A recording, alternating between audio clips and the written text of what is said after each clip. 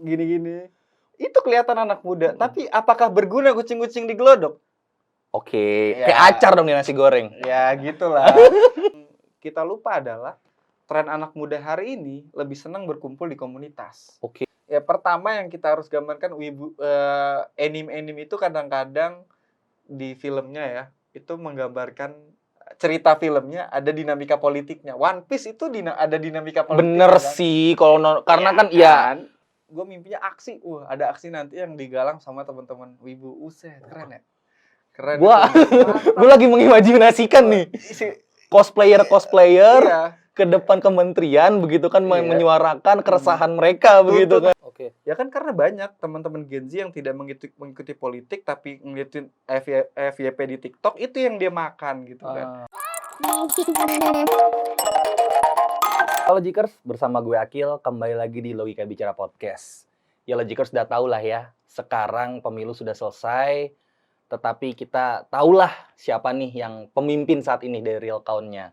Kita nih, tapi selain itu sebagai anak muda nih, setelah nanti tanggal 20, yaitu pengumuman siapa yang bakal menjadi presiden dan wakil presiden, kita sebagai anak muda tuh harus ngapain gitu. Dan persiapan kita untuk Indonesia yang lebih maju itu harus bagaimana gitu. Untuk itu kita kedatangan salah satu anak muda penggerak.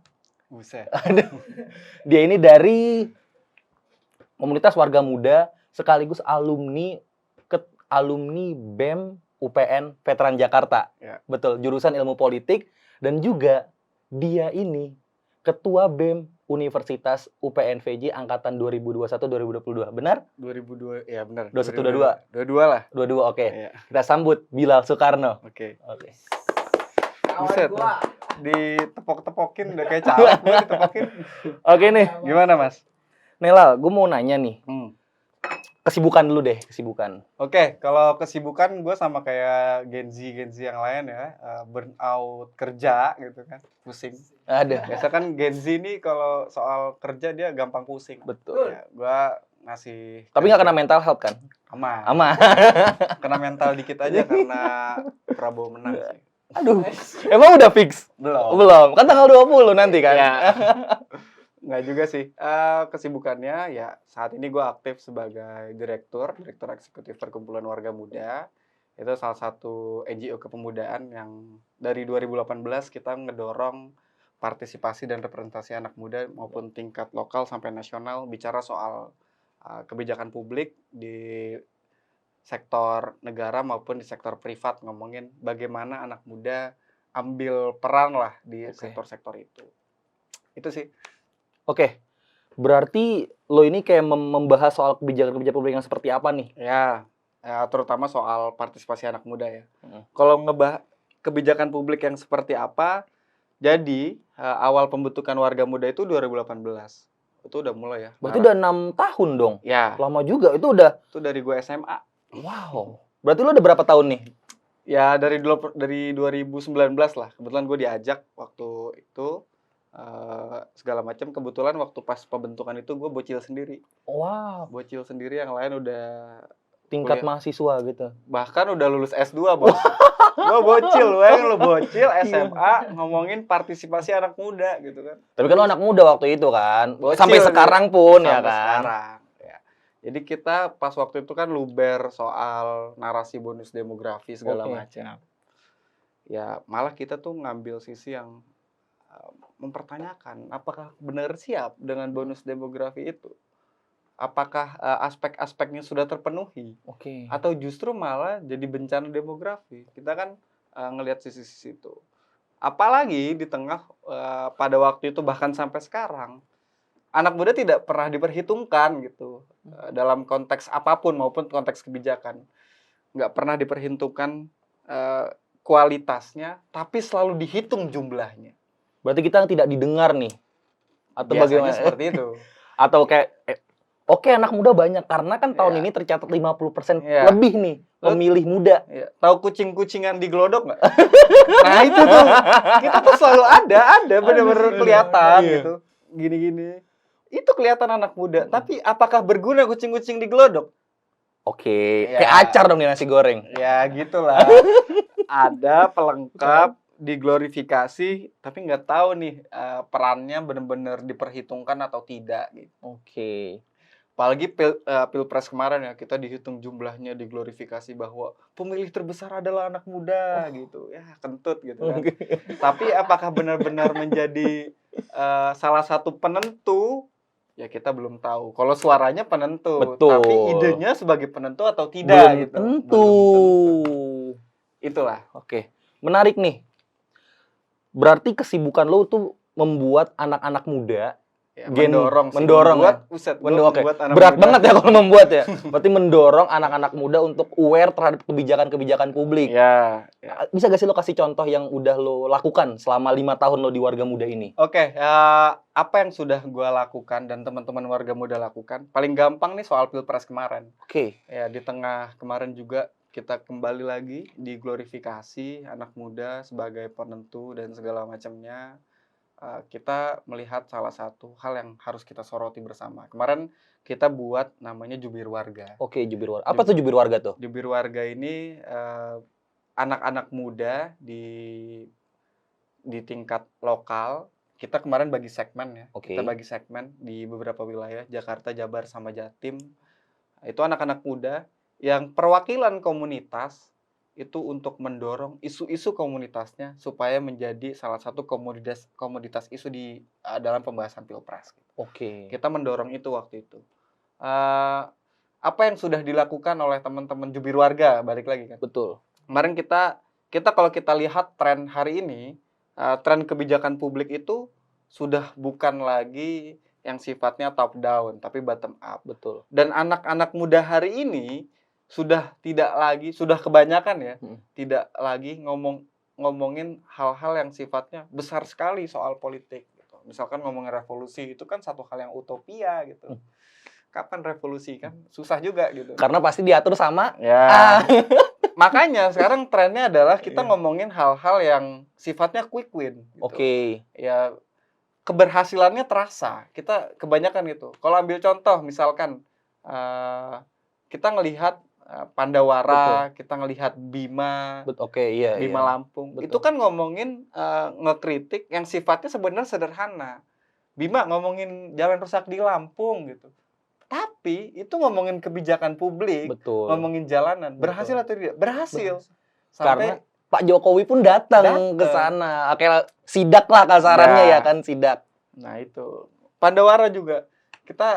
Emang ada kepikiran tadinya Pandawara ngomongin kebijakan publik? Enggak. Karena niatnya bersih-bersih. Bersih-bersih doang. Apakah dia nanti mempengaruhi kebijakan publik? Iya.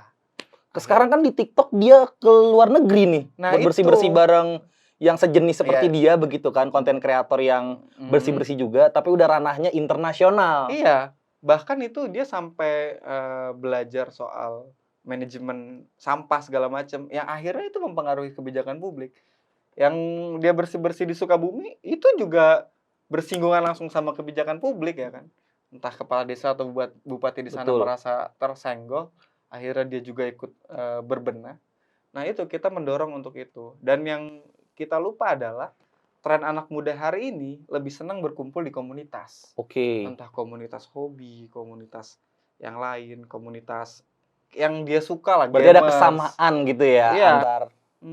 Kalau kita lihat zaman dulu, ya kita balik lagi nggak bisa ngedorong anak muda sekarang buat ngomongin politik gitu. Buat masuk ke institusi partai politik. Karena anak muda aja nggak percaya partai politik. Kalau zaman dulu oke lah. Kenapa tuh? Kok bisa sampai nggak percaya? Kenapa tuh? Itu menurut datanya. Gue baca kemarin kalau nggak salah 36% apa berapa persen gitu anak muda nggak percaya partai politik gitu. Berarti kan harus ada yang berubah pola pendidikan politiknya. Nah kemarin Warga Muda punya grand design lah. Itu kita susun dari 2018. Kita ngedorong pendidikan politik budaya populer. Itu apaan tuh budaya politik populer tuh? Pendidikan politik budaya populer itu bagaimana pendidikan politik itu tidak kaku, tapi menyesuaikan budaya anak muda hari ini gitu. Ya lewat komunitas-komunitas tadi. Pernah ngebayangin gak sih misalkan culture yang anak muda hari ini, contohnya anak-anak muda sekarang tuh sukanya main games gitu misalkan.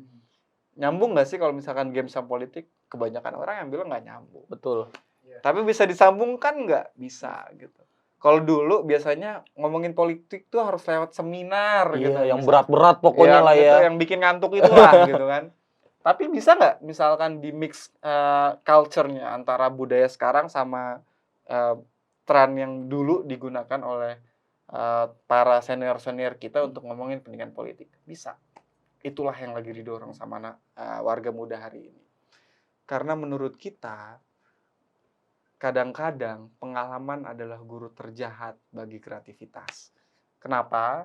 Karena kadang-kadang juga senior-senior di kita ini ketika ngomongin pendidikan politik itu cenderung kaku dan meromantisme kesuksesan mereka. Berarti membuat stagnan berarti dong. Iya, buat teman-teman tuh jadi Terhambat untuk bertransformasi. itu. Oke. Makanya kita untuk cobalah kita ganti polanya. Zaman aja berubah gitu kan. Nah, ini menarik nih Lal nih, menarik. Pendidikan politik nggak berubah. Gitu. Tadi lu bilang di backstage, di Iya. belakang bilang kan kayak lu sempat buat acara event Wibu Iya, yang berdampingan dengan pendidikan politik. Itu Iya. bagaimana tuh kan Wibu iya. dikaitkan dengan politik itu bagaimana? Ada lu mencetuskan ide seperti itu. Gitu Karena ya. kan bisa dibilang kan Wibu tuh bau bawang, segala macam orang-orang yang ansos begitu Iyalah, ya kan. nggak mau ngomongin politik. Iya. Iya, yang pertama yang harus gue tegaskan adalah kita tidak mempolitisasi mereka. Oke. Karena kan asumsi paling dasar adalah, wah berarti lo mempolitisasi teman-teman komunitas yang lain. Enggak. Kita tidak mempolitisasi mereka, tapi mencoba mengajak mereka ngomongin politik. Apakah ada singgungannya Wibu sama politik? Ada. Kehidupan mereka kan tergantung politik. Oke. Ya kan? Iya benar. Ya, politik is about kehidupan gitu. Semua kehidupan tentang politik. Makanya kita ngecoba sedikit demi sedikit memasukkan itu gitu. Kemarin itu gue bikin acara di Pesona Square kerjasama sama kementerian lembaga Oke. buat ngomongin itu. Awalnya emang susah, tapi akhirnya mereka mau dengan pendekatan-pendekatan kita. Karena apa? Ya kita sedikit-sedikit ngasih kesadaran bahwa nanti ada loh singgungannya segala macam. Nah, Contohnya apa tuh singgungannya? Karena jujur, gue masih belum ada Iya. dapat gambaran nih antara Wibu dengan awareness politik. ya pertama yang kita harus gambarkan Wibu anime itu kadang-kadang di filmnya ya itu menggambarkan cerita filmnya ada dinamika politiknya. One Piece itu ada dinamika politik. Bener sih, kalau karena kan ya kan?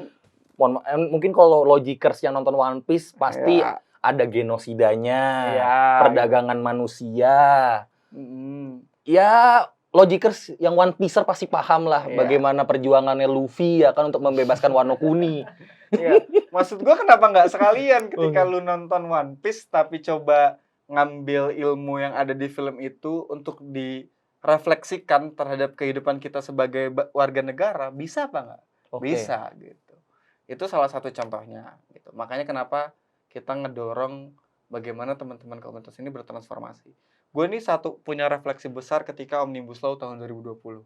Oke. Iya, ini Itu yang September kalau nggak salah ya. ya waktu itu Twitter Oke, sekarang X. sekarang Oke. X. Itu teman-teman apa namanya? K-popers Oke. ya ngomongin menolak Omnibus Law waktu itu. Kenapa tuh? Waktu itu ini ya trending ya. Oh iya. Trending. Coba kita ganti, coba kita ngebayangin, kita imajinasikan bahwa yang kemarin dilakukan K-popers itu bukan cuma momentuman, tapi semua komunitas itu, fanbase itu, entah K-popers, Wibu, Vespa, Slankers segala macam, dia berubah. Oke. Jadi satu komunitas yang ngasih pencerdasan politik. Oke. Keren gitu. Keren kan? Pasti ruang publik kita, anak-anak muda kita udah ikut mengawal isu-isu politik lewat cara-caranya masing-masing. Oke, berarti Itu maksud keren lo tuh. jadi yang gue tangkap sedikit Iya. gini nih. Jadi adanya movementnya ini lo berharap dari Nanti, nantinya komunitas-komunitas yang dari berbagai lini ini ya. punya awareness terhadap politik Ya. dari keresahan mereka masing-masing. Hmm. Oke. Contoh kayak komunitas kayak Pandawara, Ya. kebersihan, lingkungan. Terus kalau misalnya komunitas sepeda, gue butuh nih jalanan. Nah, itu. Nanti sangkut pautnya ke polusi. Nah, itu. Berarti lo emang step by step ya? Iya. Udah lo breakdown berarti nih. Iya, karena yang tadi gue bilang, sekarang kita kalau ngomongin kebijakan publik atau kebijakan politik, nggak usah lah yang ngomongin yang besar-besar, revolusi segala macam. Itu perlu. Itu perlu. Tapi ketika kita terus mengglorifikasi itu, quick win kita tidak terlihat dan Betul. kita akan merasa jenuh gitu. Kapan kita menang segala macam gitu kan. Tapi ketika kita punya satu movement yang sudah terukur capaiannya seperti apa, walaupun berat juga ya dinamika politiknya seperti apa, tapi itu akan lebih terasa dan menyenangkan. Dan ketika kita ngajak komunitas-komunitas itu yang sesuai sama isunya mereka, mereka akan mau gitu. Karena aktivitas hari-hari mereka berhubungan sama isu itu. Oke. Kan sekarang kita kan nggak jauh lah dari Ya. gadget, dari sosial media begitu kan. Dekat maksudnya. Dekat banget ya Ya. kan. Karena ya pasti setiap pagi Ya. langsung buka HP segala macam. Ya. Berarti lo berharap adanya nanti mereka berkampanye-kampanye terkait isu-isu itu melalui sosial media atau bagaimana nih Lau nih? Ya jelas itu. Bahkan gak cuma campaign doang. Gue mimpinya aksi. Ada aksi nanti yang digalang sama teman-teman wibu. Keren ya? Keren. Gue lagi mengimajinasikan nih cosplayer Iya. ke depan kementerian begitu kan Iya. menyuarakan keresahan mereka begitu Tuntut kan. harga tiket. Ya. Gitu. Oke. Itu bisa aja kan? Bener, untuk mengekspresikan Mengekspresikan hobi mereka kan. Hobi mereka itu satu hal yang bisa dilakukan gitu. Nah, itu secara sederhana contoh sederhananya dan masih banyak komunitas-komunitas lain yang memang dikatakan di luar echo chamber politik atau pemilu, tapi ternyata dia dekat. Gitu. Aktivitas sehari-hari dia dekat dan bisa menjadi satu isu yang dituntut dalam konstelasi politik. Gitu. Oke, benar. Itu sih. Oke, selanjutnya nih Lau. Kan dikit lagi nih pilkada serentak ya. Ya. Nanti nih November, kalau nggak salah tanggal 18. Ya. Bener gak sih? Tolong koreksi Logikers ya. Kira-kira movement apa nih yang pengen lo buat nih dari warga muda untuk pilkada nanti nih? Movement apa yang pengen gue buat? Pertama, gue cukup hopeless ya. Tadi gue udah semangat, sekarang gue hopeless. Enggak juga. Jangan sih ya. Nanti kalau semuanya hopeless, gampang dong di sana-sana yang ngatur-ngatur. Obor kan nggak boleh mati. Oh iya juga sih. Jadi kalau movement apa yang bakal kita lakuin? Kita berangkat dari refleksi pemilu kemarin. Ternyata konstelasi politik begitu berubah, termasuk bentuk-bentuk kecurangan dan segala macamnya berubah. Jadi nanti di Pilkada 2024 November ya, Yes. kita sudah menyusun apa yang ingin kita lakukan, terutama kalau warga muda lewat jubir warganya. Oke. Yang sudah tersebar di 3 provinsi itu. 3 provinsi. Apa aja tuh? Coba kasih tahu Logikers. Jakarta, Jabar, sama Jatim. Tapi nanti semoga aja kalau ada waktu, bukan ada waktu juga. Iya, kalau punya kesempatan lah, kita bakal menyebar ke setiap wilayah. Lu ke ekspansi lebih luas ya. Ekspansi, biar kita lebih pas nuntut pilkadanya. Jadi gini, yang kita lakukan adalah kita pengawalan isu pilkada di setiap provinsi yang kita punya jubir warganya. Lewat mana? Tetap lewat komunitas. Komunitas-komunitas itu. Yang jubir warga, representasi komunitas itu. Tapi kalau lewat kemarin caranya gimana? Kita dimulai dari sekarang. Kita udah running. Jadi di tahap pertama kita akan research isu-isu lokal yang memang relate sama wilayahnya. Oke. Yang di Jabar, Jakarta, Jatim itu. Kita bakal itu yang nantinya kita akan menjadi hasil research itu, hasil baseline itu, kita akan jadikan dia sebagai landasan bergerak kita. Sekaligus kita merefleksikan pemilu kemarin. Kalau kemarin kan ternyata yang kita bisa dapat adalah bentuk kecurangan itu atau bentuk pengawalan itu yang ternyata yang paling pas adalah bukan hari H pencoblosan, tapi sebelum pencoblosan. Ya kan? Dari pra berarti ya? Dari pra, makanya kita itu. Makanya yang kita lakukan adalah tetap bagaimana mengkonsolidasikan teman-teman komunitas dan teman-teman orang muda untuk aware sama isu pilkada. Dan tetap kita akan nantinya mendorong teman-teman komunitas atau teman-teman muda itu mendorong isu yang memang dia rasakan sendiri kesehariannya. Tapi menurut lo nih bentar, tadi kan bilang ada kecurangan dari pra ya? Iya. Penglihatan lo, observasi lo, emang kecurangan apa aja sih yang terjadi pas pra pilpres kemarin? Ya pas kemarin itu ya kita lihat jelas ya dulu waktu pas isu PJ Gubernur sudah ada banyak yang nyangka, tapi apakah begitu bunyi ketika PJ Gubernur ditunjuk impact-nya bakal ke pemilu? Enggak, dulu bakal ya standar aja. pas ada isu itu, pas bansos dibagikan segala macam, itu juga standar-standar aja. Ternyata impact besarnya adalah di sana, ya kan? Makanya setiap isu-isu yang terjadi, ya bahkan mungkin saja pilkada itu kecurangannya sudah dimulai gitu. Berarti dari Ya, sekarang. mungkin saja, kita nggak tahu. Wallahu alam berarti ya. Ya hanya mereka-mereka lah yang tahu. Elit-elit lah ya. Iya, makanya kita pengawalannya dimulai dari sana, dari sekarang gitu. Kawal terus Iya. berarti ya. Hal yang paling jelas adalah pengerahan biasanya dilakukan oleh petahana maupun orang elit-elit yang punya instrumen untuk menggerakkan institusi maupun aparatur ya. Itu yang paling kentara gitu. Maupun yang lainnya. Itu kita bakal kawal sekarang. Itu bentuk pengawalan penjagaan pilkadanya. Tapi untuk pengawalan isunya, kita tetap mendorong isu-isu komunitas. Kalau di kemarin, di Pilpres, di pemilu serentak kemarin ya, Pilpres maupun Pileg, kita buat namanya Caleg Festival. Apa itu Caleg Festival? Caleg Festival itu adalah kita nantang debat caleg. Oke. Ya, karena kan di pemilu serentak caleg nggak kenotis ya. Oke. Siapa yang peduli sama Pileg kemarin kan? Nggak ada Berarti kan? konsepnya itu kayak desak Anies. Enggak juga sih. Ya, contoh misalnya mirip-mirip seperti itu atau gimana? Kan iya, mirip-mirip aja. Iya, gitu. Sebenarnya mempertanyakan aja. Tapi kalau dimiripin gue nggak mau. Oke. Karena kita punya originalitas masing-masing lah ya. Nggak mau disama-samain. Anak muda tuh harus beda. Silakan. Jangan disama-samain loh kan. Iya. Nggak mau gue disamain sama siapapun kan. Oke. Jubir warga juga nggak mau disamain siapapun. Originalitas by warga Iya. muda. Tapi kita mendorong bahwa politik gagasan itu lahir lah. Intinya seperti itu. Nah, kalau di pilkada kita juga bukan mungkin, kita lagi nyusun bagaimana kita teman-teman komunitas ini itu berdebat lah tentang isu-isu yang dia kawal sama calon-calon di wilayahnya masing-masing. Gitu.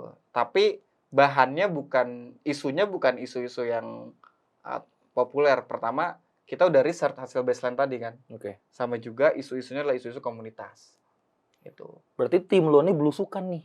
Ya nggak belusukan karena ada jubir itu ya udah tersebar. Iya, maksudnya dari jubir-jubir itu belusukan ke komunitas-komunitas di kayak Jabar, Jatim gitu. Ataupun Jakarta begitu kan. Ya. Kayak misalnya lo menemukan nih ada isu yang menarik di daerah tersebut. Kira-kira komunitas yang relate dengan isu tersebut apa ya?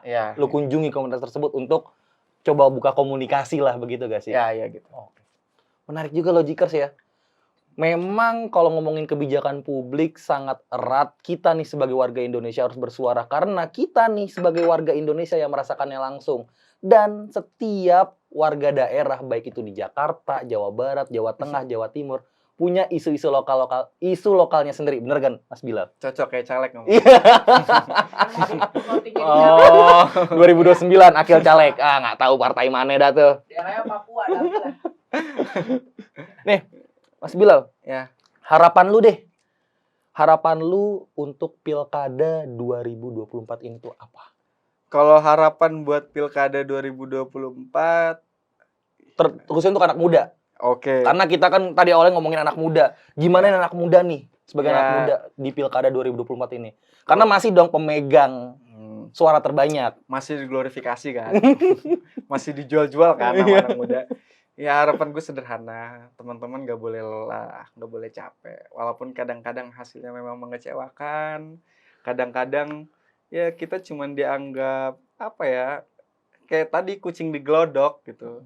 Tapi teruslah, kalau misalkan kita sudah diglorifikasi, tapi kita iya aja tanpa ada movement apapun yang kita lakukan, kita akan terus seperti itu.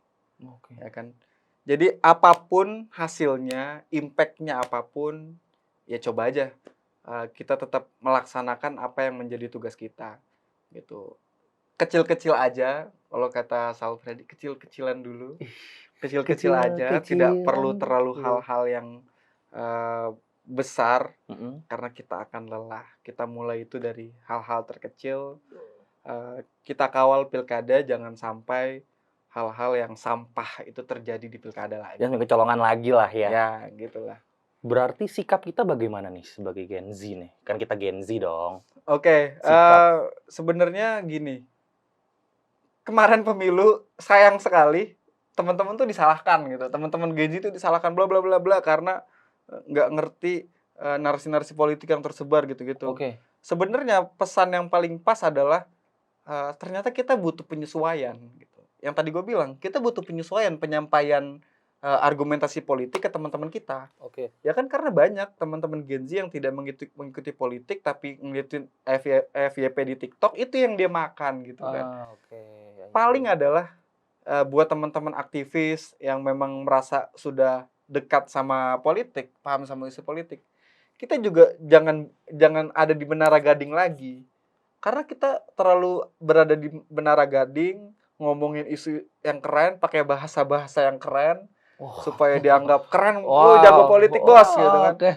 Ternyata kita harus merubah itu. Kita harus merubah culture kita, penyampaian politik kita ke teman-teman kita supaya teman-teman kita ngerti, supaya kita nggak disalahkan lagi. Berarti kayak omongannya Tesla ke Einstein dong.